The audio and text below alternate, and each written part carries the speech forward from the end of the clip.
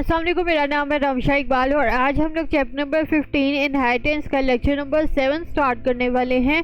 और आज हमारा न्यू टॉपिक स्टार्ट हो रहा है, वो है वेरिएशंस एंड एवोल्यूशन।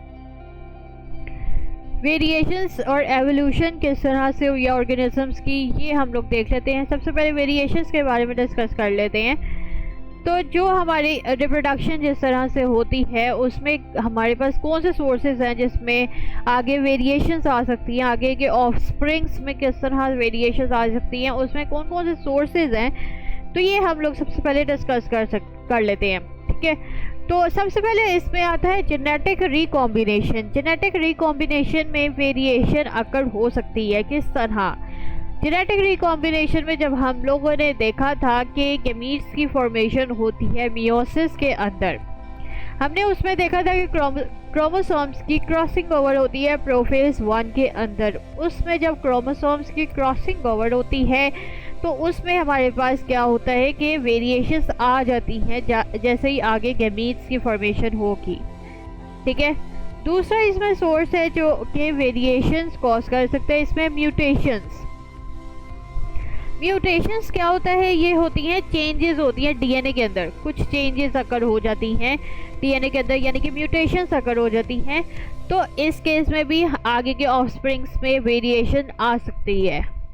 ठीक है, और ये भी तब अकर होता है जब हमारे पास मियोसिस होती है। मियोसिस के अंदर जब गैमीट्स की फॉर्मेशन होती है उस टाइम म्यूटेशंस अकर हो सकती हैं। ठीक है, तीसरा हमारे पास फैक्टर ये आता है कि जिसमें वेरिएशंस अकर हो सकती हैं नेक्स्ट जनरेशन में, वो है फर्टिलाइजेशन के प्रोसेस में। अब फर्टिलाइजेशन के प्रोसेस में हमें पता है कि क्या होता है कि बहुत ज़्यादा स्पर्म्स होते हैं, मिलियंस ऑफ स्पर्म्स होते हैं, जिसमें से सिर्फ एक स्पर्म आता है और उसने जाके एग के साथ कंबाइन करना होता है। ऐसे ही है, और इसके अंदर भी चांस होता है कि वेरिएशन आ जाए। चौथा फैक्टर जो वेरिएशन का है वो बहुत इंपॉर्टेंट है, वो है जीन फ्लो। यानी कि इसमें क्या होता है कि जीन फ्लो का मतलब ये है कि मूवमेंट जो होती है जीन्स की एक पॉपुलेशन से दूसरी पॉपुलेशन में, जब जीन्स की मूवमेंट होती है तो इस केस में भी वेरिएशंस आ जाती हैं। ठीक है, अब वेरिएशंस का तो आपको पता लग गया है कि कौन कौन से सोर्सेज हैं जिसकी वजह से ऑर्गेनिजम्स के अंदर वेरिएशंस आ सकती हैं। अब हम लोग देख लेते हैं कि वेरिएशंस की दो मेन टाइप्स कौन सी हैं। इनहेरिटेबल वेरिएशंस की बात करें तो दो टाइप्स होती हैं। सबसे पहले आता है डिसकंटिन्यूअस वेरिएशन।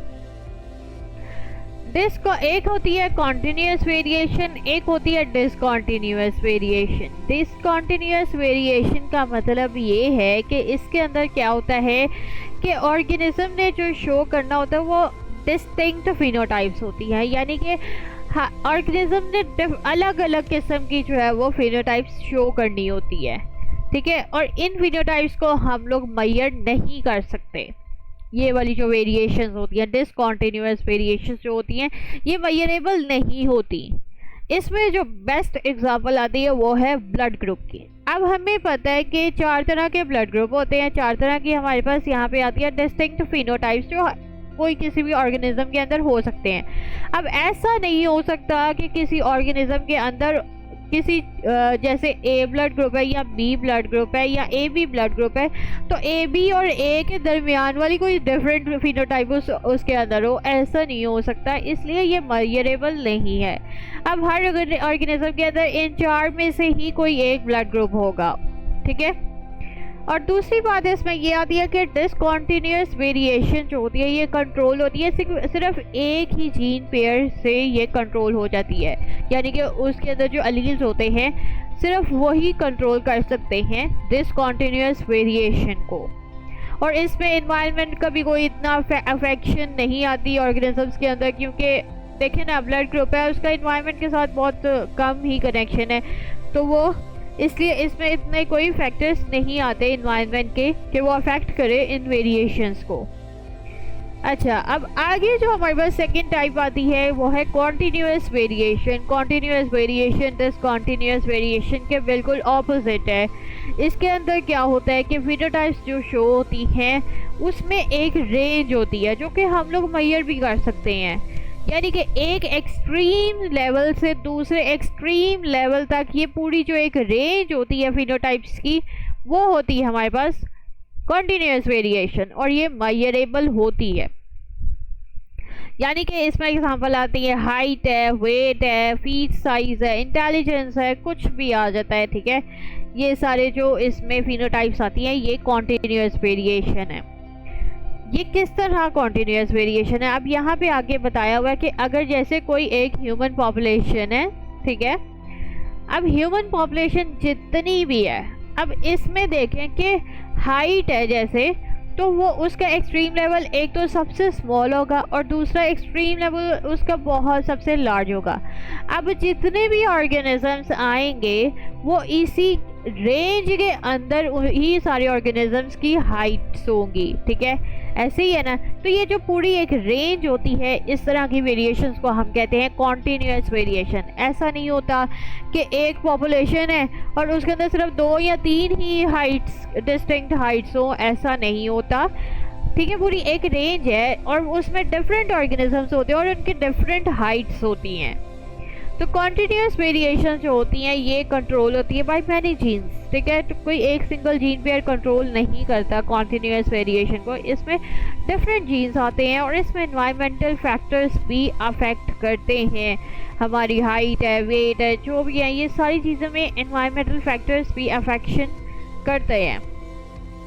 ठीक है, अब हम बात करते हैं variations that lead to the evolution. जो हमारा टॉपिक है कि वेरिएशंस के बारे में हमने डिस्कस कर लिया, अब एवोल्यूशन की तरफ थोड़ा सा आते हैं कि वेरिएशंस किस तरह से एवोल्यूशन को लीड करती हैं। इसमें हमारे पास आती है ऑर्गेनिक एवोल्यूशन। ऑर्गेनिक एवोल्यूशन क्या होती है? ऑर्गेनिक एवोल्यूशन का मतलब ये होता है कि कोई भी पॉपुलेशन है या स्पीशीज़ हैं ऑर्गेनिजम्स की, कोई भी पॉपुलेशन हो सकती है या कोई भी स्पीशीज़ हो सकती हैं ऑर्गेनिजम्स के अंदर, वो जब आगे जनरेशंस प्रोड्यूस करते हैं, ठीक है, वो जब जैसे ही ऑर्गेनिजम्स आगे जनरेशंस आगे प्रोड्यूस करते हैं तो उससे क्या होता है कि उनकी कैरेक्टरिस्टिक्स में चेंजेस आती हैं। इसको हम लोग कहते हैं एवोल्यूशन, ऑर्गेनिक एवोल्यूशन। और ये जो एवोल्यूशनरी चेंजेस होती हैं ये सारी इनहेरिटेबल होती हैं। ठीक है, ये सारी इनहेरिटेबल होती हैं। अच्छा, अब ऑर्गेनिक जो एवोल्यूशन होती है इसमें 2 मेन प्रोसेसेस आते हैं। एक तो इसमें ये आता है कि जो भी टाइप है ऑर्गेनिज्म का, उसमें क्या होता है कि कुछ टाइम के बाद आहिस्ता आहिस्ता के उसके अंदर कुछ चेंजेस आना शुरू हो जाती हैं उसके ट्रेट्स के अंदर। दूसरा इसमें पॉइंट ये है कि या तो सिंगल टाइप जो भी ऑर्गेनिज्म के उसके आगे एक नई क्रिएशन, नई टाइप्स के ऑर्गेनिजम्स प्रोड्यूस हो जाए।